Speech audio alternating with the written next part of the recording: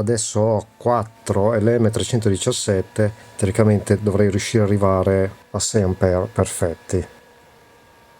Riesco ad andare anche a 7, 8 A. Ciao, in questo video vedremo un alimentatore realizzato con dei semplici LM317.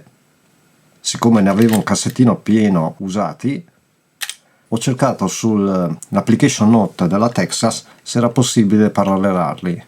Infatti dopo vedremo come farlo. Questo video fa parte di pillole elettroniche per principianti perché vedremo degli aspetti didattici appunto su come funziona il raddrizzatore a singola semionda, doppia semionda e come vederlo all'oscilloscopio. Analizzeremo anche il ripple dell'alimentatore stesso. Gli LM317 li ho montati su questo grosso dissipatore, sono questi 4 qui sotto, con sopra montate le 4 resistenze che andremo a vedere nel dettaglio nello schema. Qui sopra c'è un circuito operazionale che si occupa di pilotare gli LM317. Di LM317 ne possiamo mettere in parallelo moltissimi fino ad arrivare anche a correnti molto alte, dell'ordine anche dei 20 A. Andiamo a vederlo nel dettaglio. Prima di vedere l'alimentatore vero e proprio, facciamo un po' di didattica, così vediamo come utilizzare l'oscilloscopio e cos'è un ponte raddrizzatore e come funziona. L'ho già fatto vedere in un altro video, ma facciamo un po' di ripasso per i nuovi arrivati. Abbiamo un trasformatore 230 volt in ingresso, 24 volt in uscita, che è questo qui.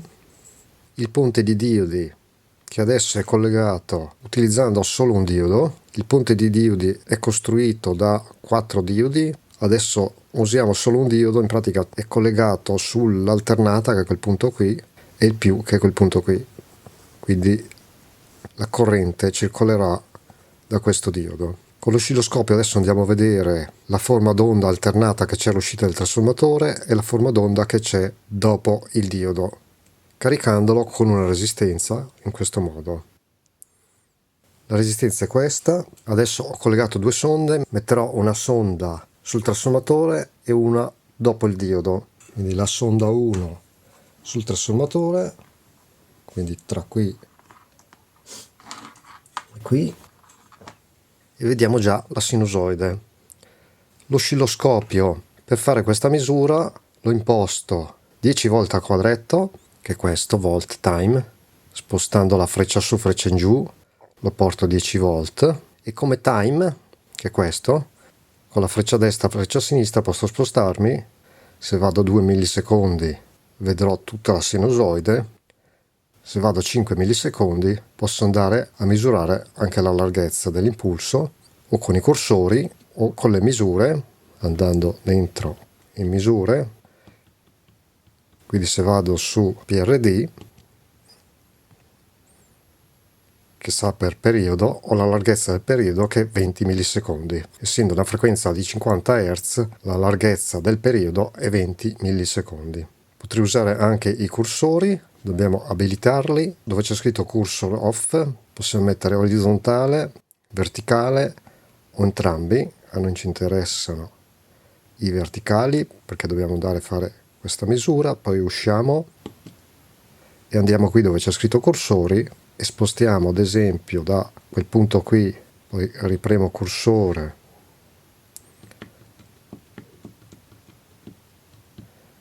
a quel punto qui, ho la larghezza del mio periodo, della mia sinusoide, 20 millisecondi, che è la stessa che vediamo qui. Per togliere i cursori bisogna ritornare nel menu dove c'è scritto cursor, mettere off. Prendo adesso l'altra sonda e la metto dopo la resistenza. Bisogna fare attenzione che le masse devono essere insieme, se no rischiamo di fare un cortocircuito. Se io lo metto qui creo un cortocircuito tra le masse. A frequenze così basse possiamo anche toglierla, la massa, e usare una massa sola, così evitiamo di fare casini. Andiamo sulla resistenza, quindi siamo qui sul più. Qui c'è la resistenza, la disegno. Se vado sul blu vedo che la sinusoide è diventata impulsiva, quindi viene raddrizzato solo la parte positiva e la parte negativa non passa più. Se io stacco la gialla, la blu ha solo la parte positiva e abbiamo appunto solo la parte sopra. Se qui adesso ci metto un condensatore in parallelo, piccolino, ad esempio 10 microfarad, in parallelo alla resistenza, metto la sonda 1 così è già triggerata, che è quella gialla, metto il condensatore col più verso il più del ponte e vediamo questo andamento sali-scendi perché il condensatore si carica e si scarica velocemente perché è troppo piccolo rispetto al carico della mia resistenza. Prendiamo un condensatore da 100 microfarad e come possiamo vedere riesce a riempire tantissimo il buco che si crea tra uno spazio e l'altro. Adesso collego tutti e 4 i diodi del ponte, così ti faccio vedere il raddrizzatore a doppia semionda. Ho collegato il ponte utilizzando i 4 diodi e come vedi qui ho tutta la sinusoide portata sopra, come possiamo vedere qui. La parte che prima era sotto viene ribaltata sopra e abbiamo gli impulsi a 100 Hz, che è il doppio della frequenza. Il collegamento è questo. La corrente come circola all'interno dei diodi? In questo modo, per la sinusoide positiva entra in questo diodo, passa dalla resistenza e torna indietro tramite questo diodo, quindi vengono influenzati questi due diodi in diagonale. Per la sinusoide negativa, se partiamo dal negativo, passerà da questo diodo, dalla resistenza, e da questo altro diodo. Quindi i diodi funzionano sempre in modo alternato, o questi due o questi due. Se metto adesso il condensatore da 10 microfarad in parallelo alla resistenza, il condensatore è molto più efficace, serve una capacità dimezzata rispetto a prima che c'era il raddrizzatore a metà semionda. Troviamo 100 microfarad e vediamo che riesce a livellare, a togliere il ripple quasi in modo totale. Adesso ci aggiungo questi 3 condensatori da 6800 microfarad. Per il ripple si calcola circa 2500 microfarad ad ampere. Comunque se vogliamo fare un conto preciso lo possiamo fare. La capacità si calcola partendo dalla corrente che vogliamo prelevare diviso la frequenza di ripple per la tensione di ripple. La frequenza di ripple è 100 Hz perché è raddrizzato a doppia sinusoide, quindi 50 Hz diventa 100 Hz.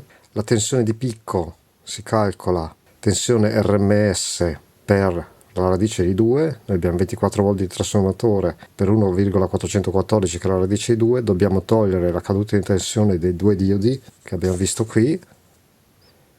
Ogni volta sono influenzati due diodi, quindi dobbiamo togliere 0,7 volt e dovremo avere una tensione di uscita di picco di 32,6 volt. La tensione di ripple, che di solito si presume che deve esserci, è al massimo un 10%. Quindi su 32,6 volt sono circa 3,3 volt di ripple ammessi.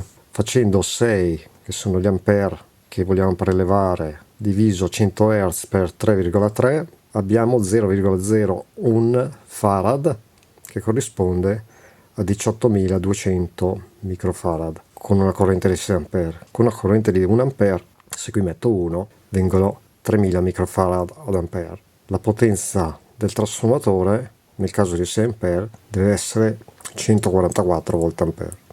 Lo schema che ho utilizzato è quello preso dal datasheet della Texas Instrument, dove ci fa vedere come realizzare con 3 LM317 un regolatore da 4 ampere. I 3 LM317 hanno in parallelo l'ingresso, il pin adjust, le uscite invece sono in parallelo però tramite delle resistenze da 0,2 ohm. Poi viene messa una resistenza da 100 ohm su uno solo degli LM317, viene usato un operazionale, si fa un partitore di tensione con 2 resistenze per avere un riferimento qui sul piedino 2. Il piedino 3 invece viene regolato in tensione tramite un potenziometro. Qui possiamo aggiungere un condensatore per aumentare la stabilità e qui c'è un transistor per amplificare in corrente il segnale. Questo stesso circuito è stato usato per tanti progetti.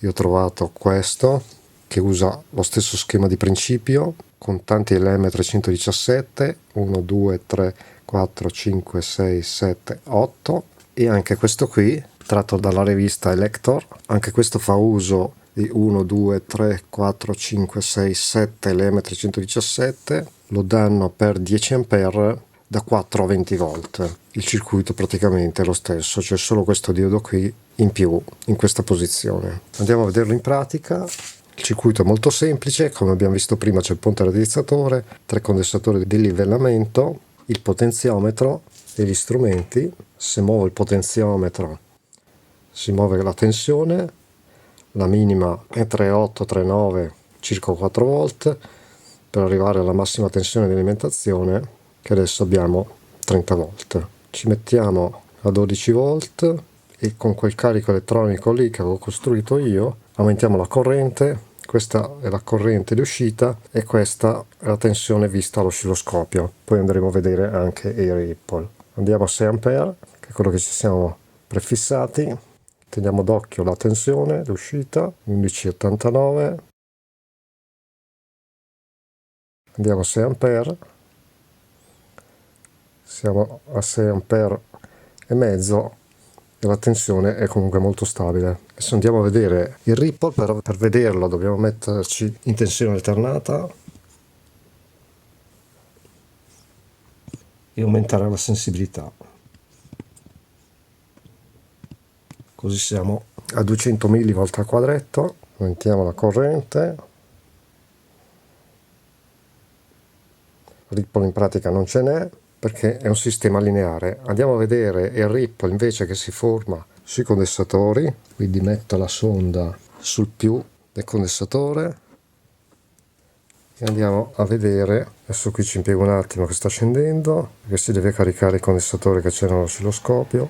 Eccolo che sta arrivando. Il rumore che si sente dalla ventola che c'è all'interno del carico elettronico. Andiamo a caricare.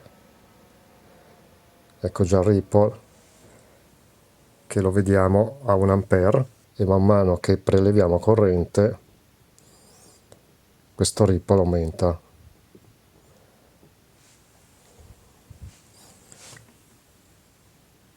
Andiamo a fare un hold. Sono 200 mV al quadretto, quindi sono 2, 4, 6, 8 e quasi un volt. Però dai calcoli che abbiamo fatto dovremmo avere un ripple di 3 volte qualcosa a 6 ampere. Mettiamo a 1 volt, vediamo se raggiunge 3 quadretti a 6 ampere.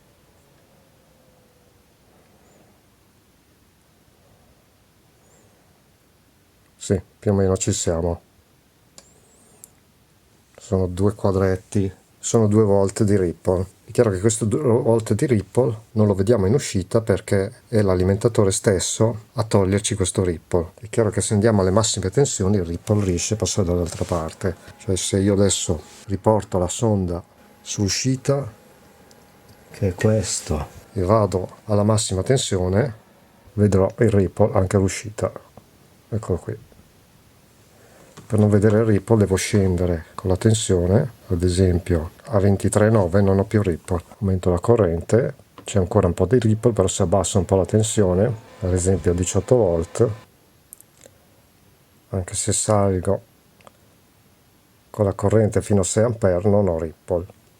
Adesso ho 4 LM317, teoricamente dovrei riuscire ad arrivare a 6 ampere perfetti. Riesco ad andare anche 7, 8 ampere.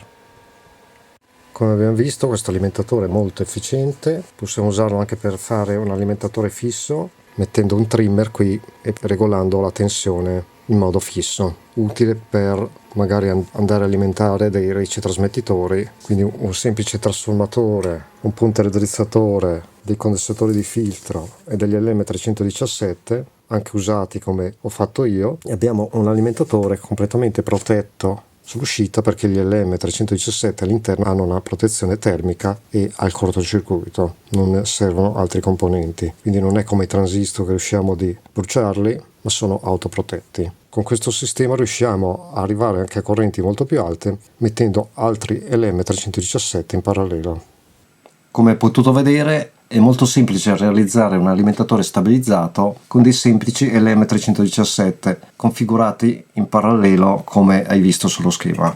Spero che questo video ti sia stato utile e noi ci vediamo e sentiamo al prossimo video. Ciao!